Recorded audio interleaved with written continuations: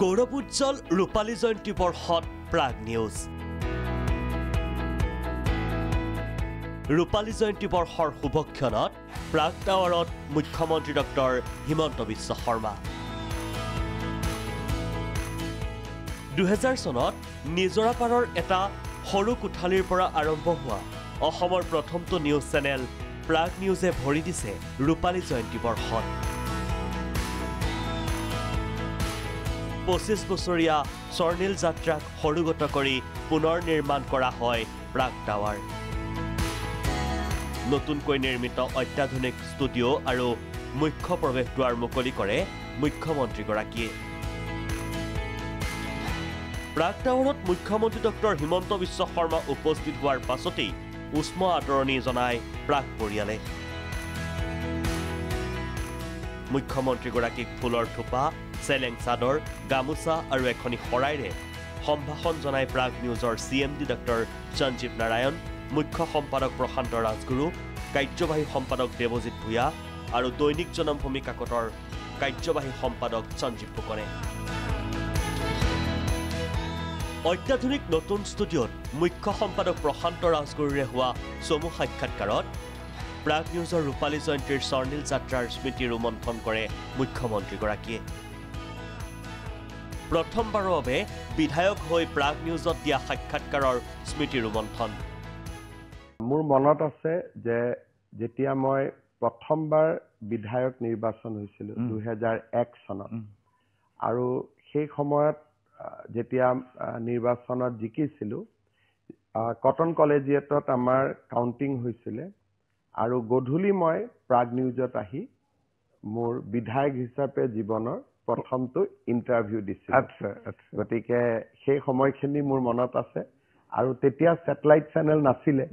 গতিকে কেবল আছিল এক প্ৰকাৰ ক'ব গ'লে 2001ৰ মে মাহত মই সেই ইন্টাৰভিউটো দিছিল আজি 24 বছৰ পুৰা হ'ল আৰু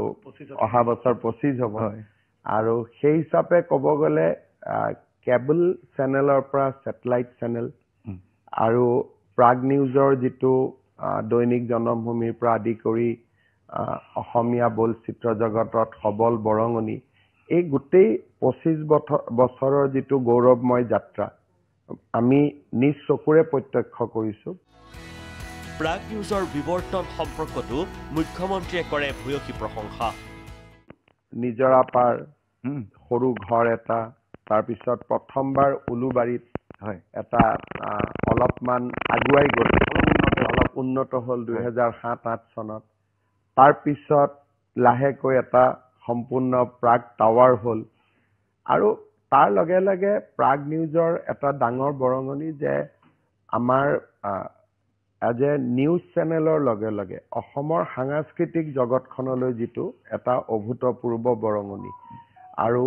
লাহেকৈ প্ৰিণ্ট মিডিয়ালৈকে যাত্ৰা দৈনিক জনমভূমিৰ দৰে এখন ঐতিহ্যমণ্ডিত বাতৰি কাকতত অংশীদাৰ লোৱা বা বাতৰি কাকতখনৰ পৰিচালনাৰ দায়িত্ব লোৱা মই ভাবো এটা সোণখেৰীয়া যাত্ৰা